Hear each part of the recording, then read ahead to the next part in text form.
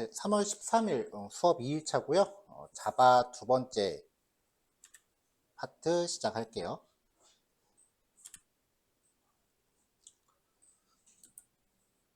자, 어제 아이고, 학습 내용을 잘못 들어갔네. 어제 우리가 첫 번째 프로그램을 만들어 봤었죠. 이거 이제 어제 진행한 거예요. 네, 오늘은 변수라고 하는 개념하고 그 다음에 데이터 타입이라고 하는 내용을 먼저 살펴볼 거고요. 그 다음에 결과를 이제 확인하려면 우리가 뭔가 출력을 시켜야 되잖아요. 그 출력하는 방법들, 그리고 이제 내가 만든 프로그램을 테스트하기 위해서 키보드로 내가 직접 어떤 데이터를 입력해서 넣는 방법, 그런 것들에 대해서 내용을 좀 살펴볼 거고요. 그 다음에 얘가 1번이고 2번이고 3번이죠. 그 다음에 이제 연산자라고 하는 주제도 살펴볼 겁니다.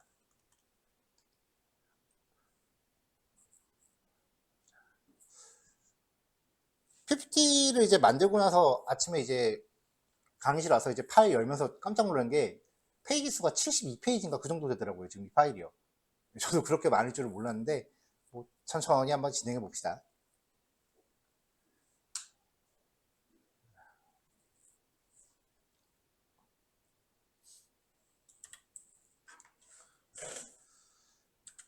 자, 어제 우리가 봤었던 내용들,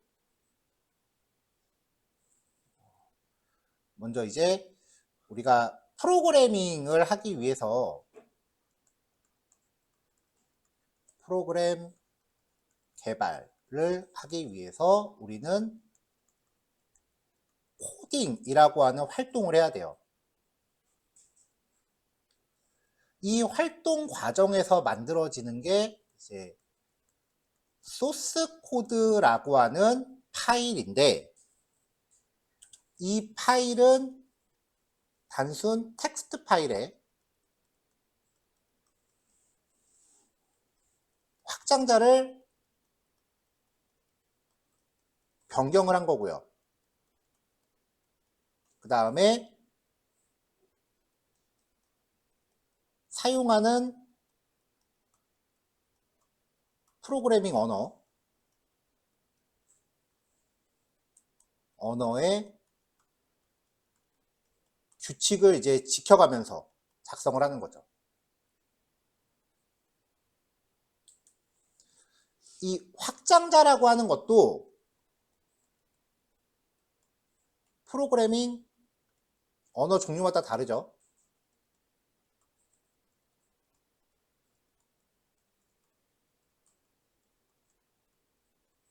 우리가 지금 하고 있는 자바는 확장자가 자바라고 이제 세팅이 되고 있고요. 그렇기 때문에 이제 요 확장자라는 거를 처리하기 위해서 컴퓨터 설정에서 이제 확장자를 표시하게 하는 방법들도 살펴봤었어요. 그리고 이 프로그래밍 언어의 규칙이라고 하는 부분을 우리가 거의 한 2주 이상 먼저 살펴봐야 돼요. 지금은 이제 그 과정인 거죠. 작성 규칙이기 때문에 뭐 특별히 뭐 이해의 영역은 아니에요. 일단 규칙을 적응을 하는 거죠. 그래서 프로그래밍 언어의 그 작성 규칙을 흔히들 문법이라고 표현을 합니다. 그러니까 요거를 지금 한마디로 요약하면은 지금 우리가 공부하는 건 자바 언어의 문법이에요.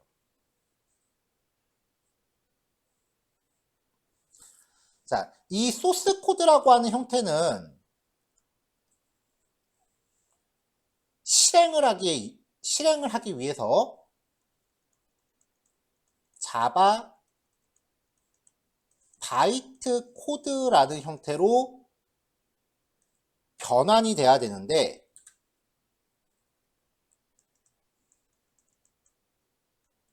이 변환 과정을 우리가 컴파일이라고 한다고 했고요. 이 변환을 수행하는 소프트웨어를 컴파일러라고 합니다.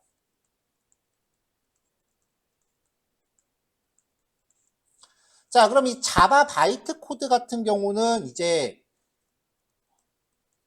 이진수들만 기록되어 있는 기계어라 그랬죠? 그래서 바이너리 형식의 파일이에요. 이거를 이제 컴퓨터가 실행하기 위해서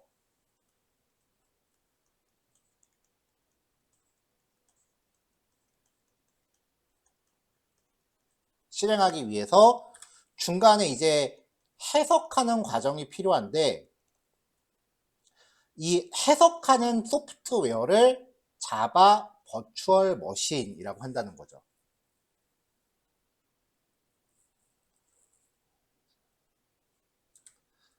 자, 이거는 그 자바에 한정된 이야기고요. 일반적인 프로그래밍 언어라면은 소스 코드를 컴파일을 해요. 그러면 실행 파일이 생성돼요.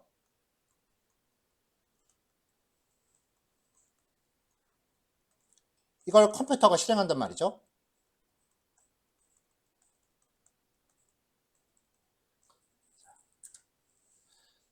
이 실행 파일은 일반적인 경우에요. 자바 버추얼 머신이라는 별도의 해석기가 있는 게 아니라 그냥 사용자가 더블 클릭만 하면은 별도의 해석기가 없이 바로 실행됩니다. 그러니까 이 중간 단계에 뭐가 없는 거예요. 일반적인 프로그래밍 언어는. 근데 자바는 중간에 자바 버추얼 머신이라는 해석기가 있어요. 장점은 이 자바 버추얼 머신만 컴퓨터 종류에 맞게 설치를 미리 해놓는 거예요. 여기서 컴퓨터 종류라고 하는 거는 정확하게 얘기하면 운영체제라고 얘기하는 게 맞는데, 아직 우리가 뭐 운영체제에 대한 단어를 좀 깊이 있게 본 게 아니니까 그냥 컴퓨터 종류라고 표현할게요. 쉽게 말하면은 윈도우 버전별로 맞는 걸 설치한다. 혹은 맥 같은 경우는 맥용을 따로 설치한다. 뭐 그런 개념이에요. 그러니까 요것만 미리 잘 선정해서 깔아놓으면 한 번 만든 프로그램을 수정하지 않고 여기저기서 다 실행할 수 있습니다. 근데 일반적인 프로그래밍 언어는 이 실행 파일이 컴퓨터 종류에 따라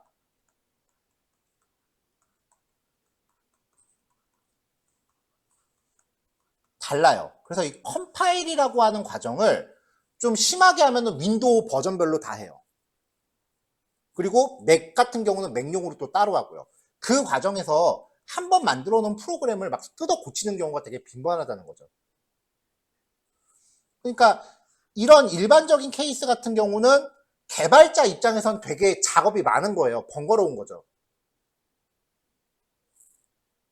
자바는 개발자 입장에서는 그래도 예전 거보다는 좀 단순해지는 거죠, 작업이. 반대로 일반 유저 입장에서는 그냥 파일 다운받아서 더블 클릭만 하면 바로 실행이 돼요. 근데 자바 같은 경우는 바이트 코드를 자바 버추얼 머신 깔아서 실행해야 되기 때문에 한 단계를 더 거쳐가야 돼요. 그래서 자바의 자, 생각을 해보세요. 실행을 하기 위해서 더블 클릭해서 직접 실행하는 거랑 중간에 해석을 거쳐서 실행하는 거랑 뭐가 더 빠르겠어요? 직접 실행이 더 빠르죠. 그래서 자바의 고질병은 다소 실행 속도가 느리다는 거예요. 다른 프로그래밍 언어들에 비해서. 그거를 하드웨어 스펙으로 커버를 해요. 그러니까 자바 개발은 하드웨어 비용이 올라가니까 이제 돈 많은 회사들이 하는 거다라는 인식이 깔려버린 거예요. 이게 지금 제가 얘기하는 게 되게 옛날 얘기예요. 요즘은 많이 개선이 되긴 했는데 그래도 한 번 잡힌 그 고정관념이 쉽게 없어지진 않아요.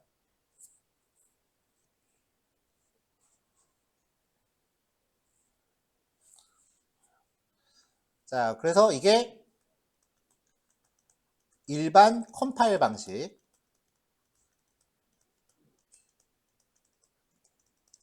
그 다음에 자바 같은 경우는 컴파일 과정과 해석 과정을 같이 갖고 있는 거죠. 이 해석 과정을 인터프리터라고 해요.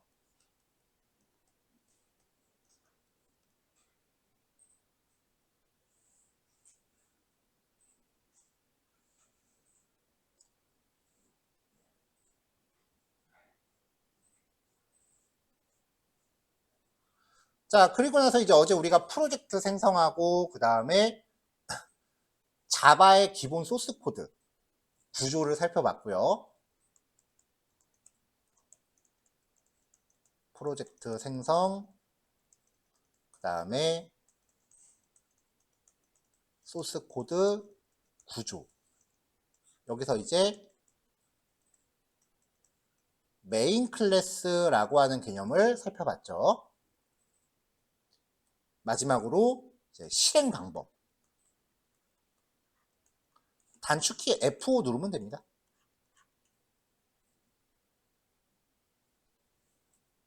그리고 출력하는 명령어.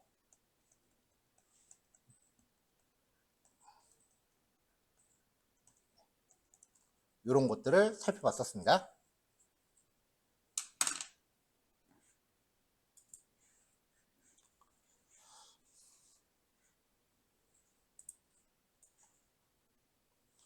자, 오늘 시작할 내용은 이제 변수와 데이터 타입이라고 하는 개념이에요.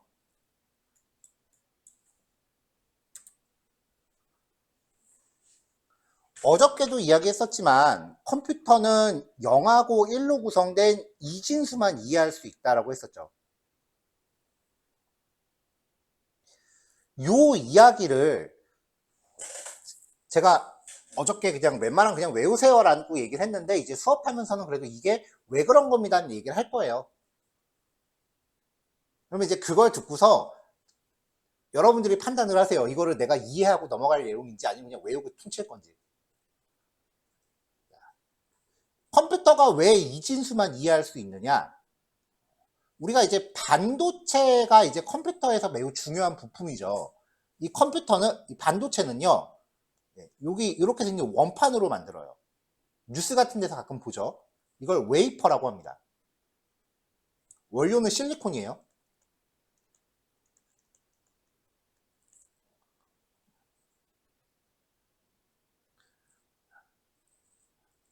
자, 얘가 지금 반도체라고 하는 물질인데 도체는 전류가 흐르는 물질이고요. 이 도체에 반대되는 게 부도체예요. 전류가 흐르지 않는 물질이에요. 반도체는.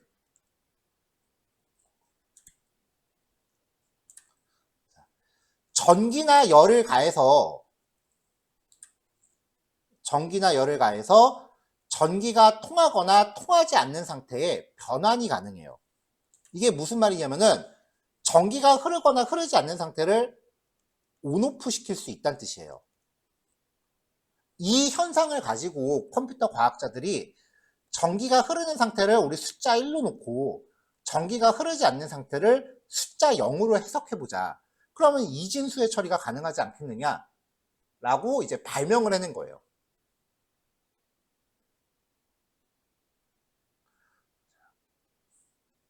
이렇게 만들어진 그 웨이퍼는 가공을 해서 약간 전자적인 처리가 들어가겠죠?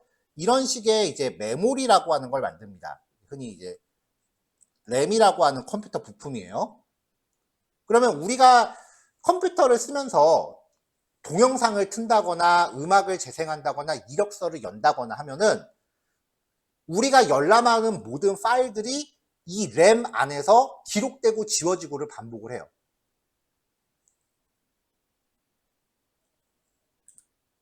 컴퓨터 하드디스크에 보통 우리가 파일을 저장을 하죠. 아니면 USB나 외장하드 같은 거에 저장을 한단 말이에요.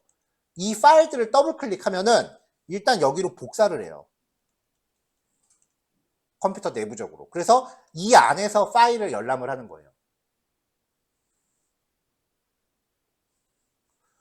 그러니까 이제 여러분들 컴퓨터에 메모리가 몇 기가 장착되어 있다라는 거를 이제 저마다 파악을 하고 계실 거예요. 보통 노트북 같은 경우는 16기가에서 32기가 정도 메모리를 장착하고 있단 말이에요.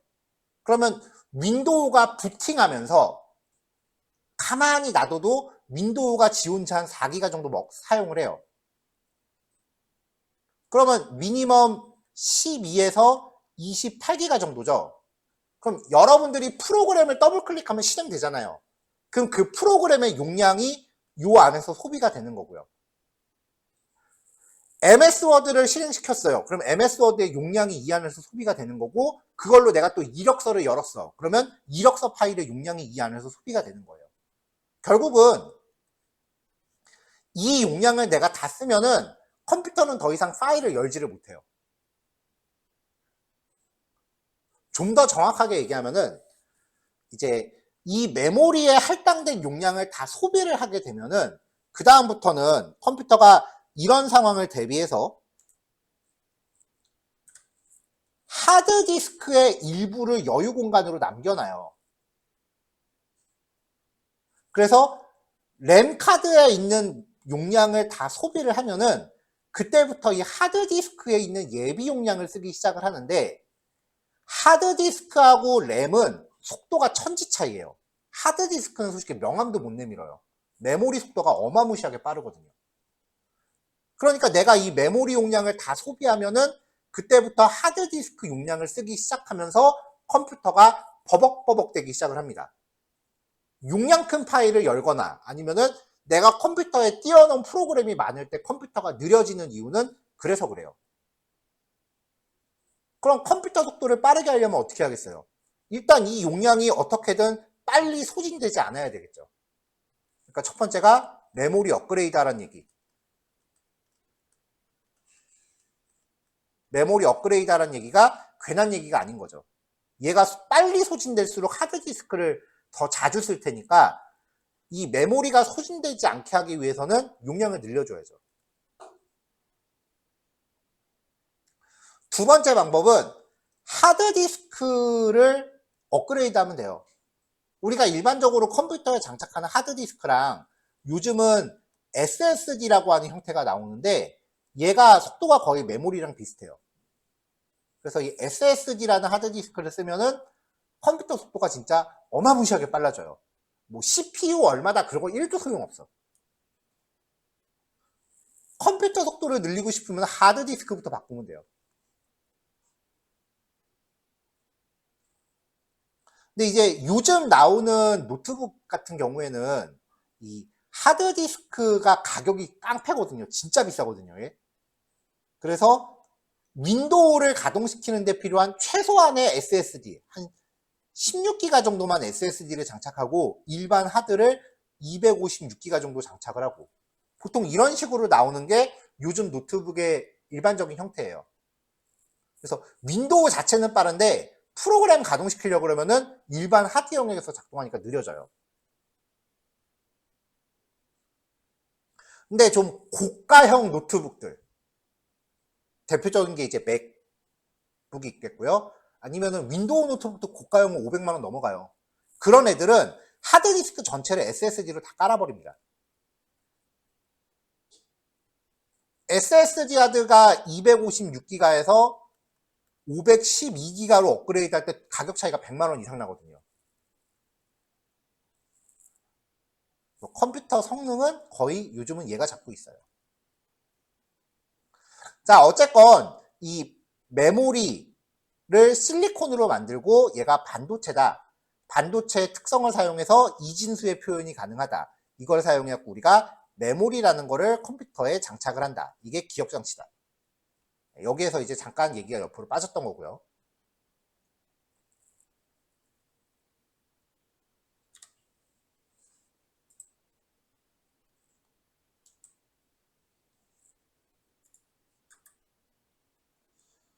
자, 이 페이지는 제가 좀 그림으로 설명을 할게요. 자, 아까 웨이퍼라고 하는 거 있었잖아요. 네. 동그란 원판이란 말이죠.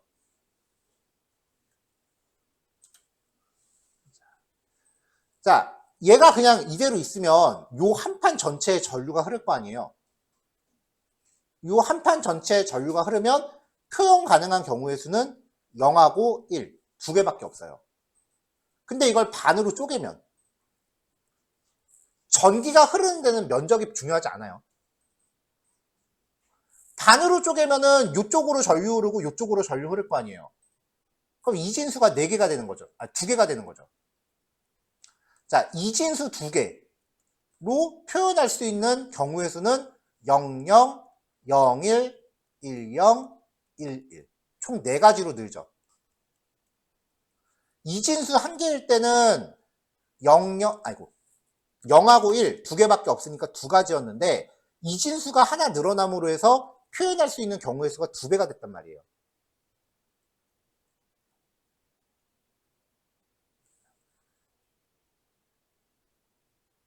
네 조각이 되면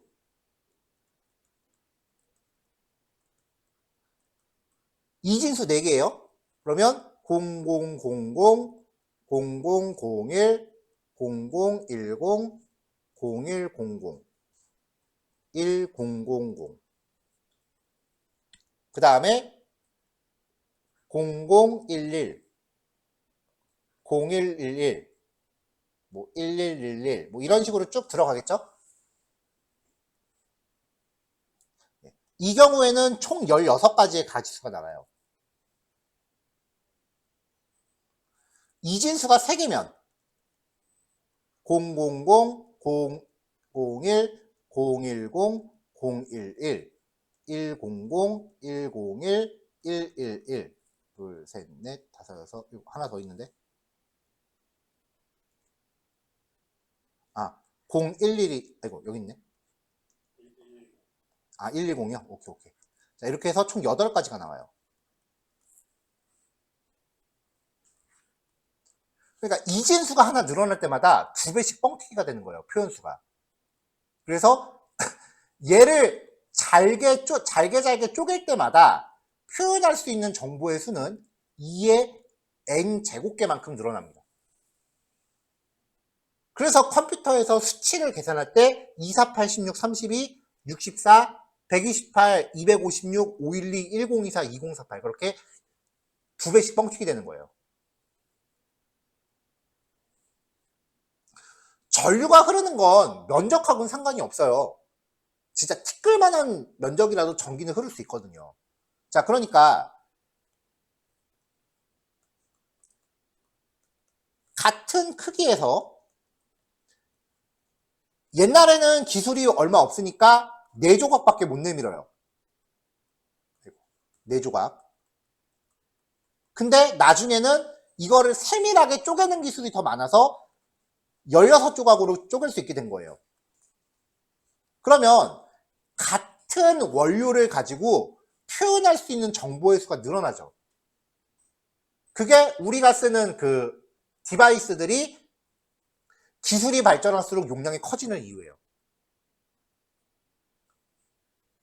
아니면 예전에는 4조각을 표현하는데 이거 한 판이 다 필요했다면 기술이 발전하면은 똑같이 4조각을 16조각으로 쪼갤 수 있게 됐을 때 4조각은 요만큼이면 될 거 아니에요. 그러니까 같은 용량이면은 디바이스 크기가 작아져요. 이걸 전 세계에서 가장 잘하는 회사 중에 하나가 삼성인 거죠. 이걸 가장 잘게 쪼개는 기술. 그래서 이거를 이제 정말 디테일하게 잘게 쪼개는 기술이 되게 어려운 기술인데 그거를 2년마다 2배씩 뻥튀게 된다 라고 장담했던 사람이 이름은 기억이 안 나네요. 그래서 우리나라 그 삼성 누구 사장이었나? 그 사람이 이제 황해법칙이라는 걸 얘기했었죠. 그게 이 얘기예요. 이걸 잘게 쪼개는 기술이 2년마다 업그레이드 된다. 지금은 깨졌다 그래요, 이거.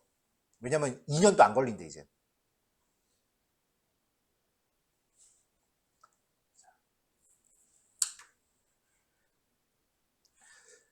자, 그러면 이제 이렇게 생긴 원판을 진짜 잘게 쪼갰다라고 하면 그 중에 일부 단면을 확대했다고 생각을 해보자고요.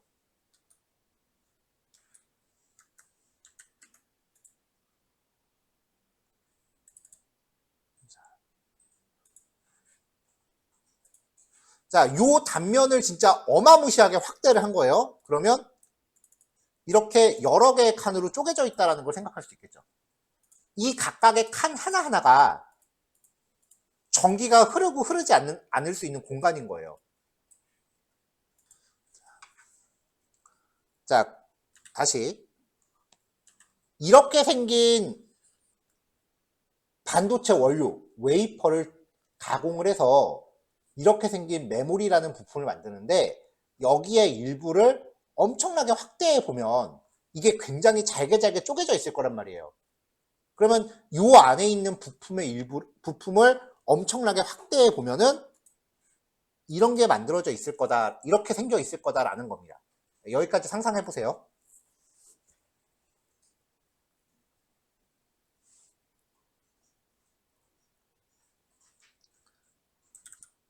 자, 그럼 이제 요 칸 하나에 전기가 흘렀다, 흐르지 않았다를 표현하는 게 이제 이진수 하나인 거니까 요 칸 하나를 1 아니면 0으로 둘 수 있는 거죠. 자, 그래서 여기에다가 이제 이진수를 기록을 하는 거예요. 글자 크기 좀 키우고.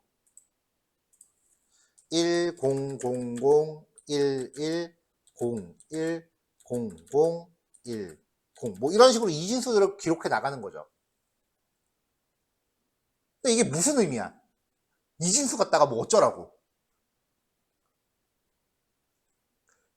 그래서 이제 다시 한번 컴퓨터 과학자들이 이 이진수라는 이 특성을 어떻게 활용할까를 고민하기 시작을 해요. 일단 궁극적으로는 우리가 일반적으로 쓰는 글자를 표현하는 게 가장 이상적인 거죠. 여기서 말하는 글자라 하는 거는 이제 이게 우리나라에서 발명한 건 아니잖아요. 영어를 얘기하는 거예요. 이걸로 알파벳을 표현하려고 무지하게 고민을 합니다. 그 결과 알파벳과 일부 특수문자에 일련번호를 붙여요. 그냥 우리가 일반적으로 쓰는 십진 정수를 일련번호를 쫙 하고 붙여요.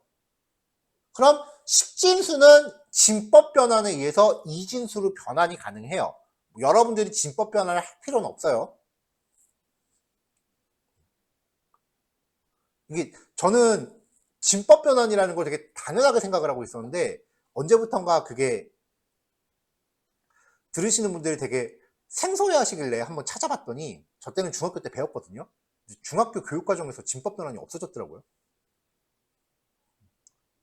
그래서 그냥 이진수랑 십진수는 그냥 호환이 되는구나, 그 정도만 기억하세요.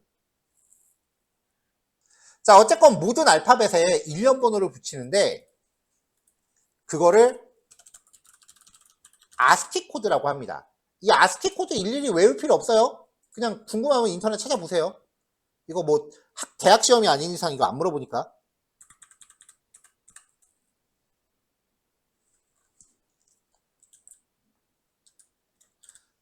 일단 뭐 몇 가지 특수문자들을 제외하고 대문자 A를 십진수 65에 대응시켜요. 그리고 알파벳이 늘어날 때마다 숫자가 1씩 커지는 거예요. 그리고 소문자 A를 십진수 97에다 대응시킵니다. 그러니까 우리가 대문자 A라고 쓰면 컴퓨터 입장에서 65라고 받아들이는 거고요. 소문자 A를 쓰면 컴퓨터는 97이라고 받아들이는 거예요. 그러니까 대소문자 하나 틀리면 다 틀렸다는 거야. 숫자 차이가 엄청 크잖아요.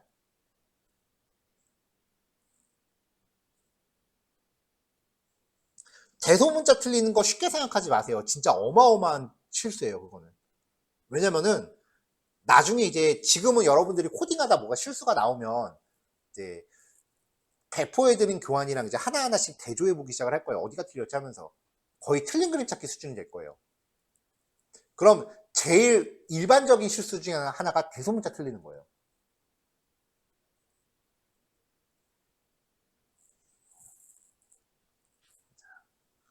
자, 이렇게 해서 이제 글자들을 쭉 나열을 했어요. 그래서 요 65라는 숫자를 이진수로 바꿔서 컴퓨터가 이해를 하는 거죠. 자, 이렇게 모든 글자들을 다 나열을 해봤더니 0부터 127까지 나오더래요.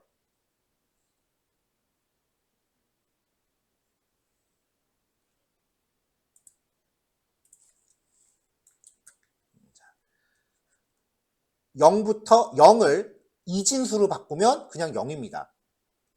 127을 이진수로 바꾸면 하나, 둘, 셋, 넷, 다섯, 여섯, 일곱입니다. 그러니까 최대 이진수 7개가 필요한 거죠. 글자를 표현하려면.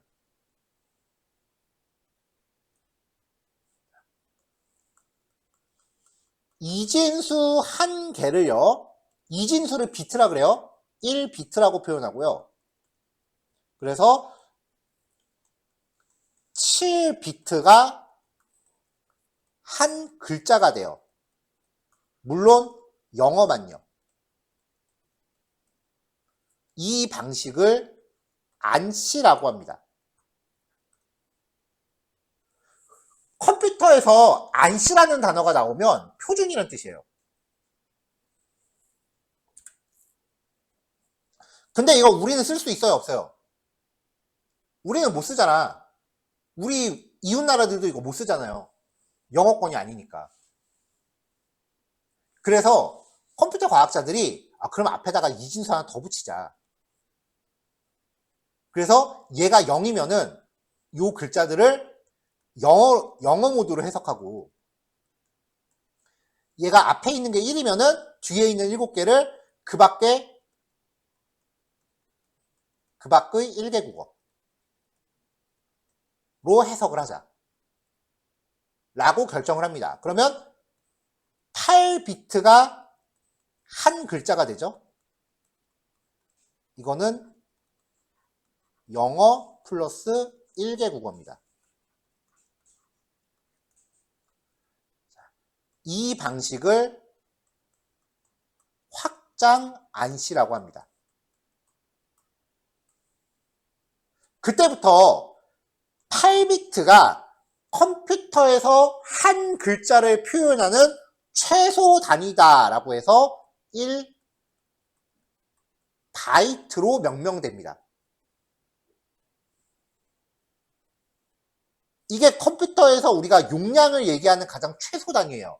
그러니까 1바이트는 이진수 8개로 표현되고 있고요.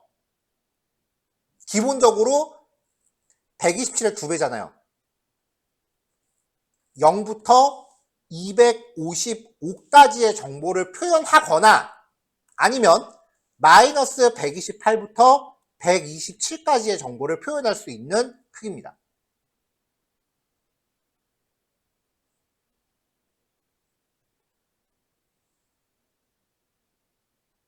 자, 일단 1교시 요거까지만 얘기합시다. 자, 이거 화면 지워도 될까요? 네, 지울게요. 별 말씀 안 하시면은 오케이로 합니다.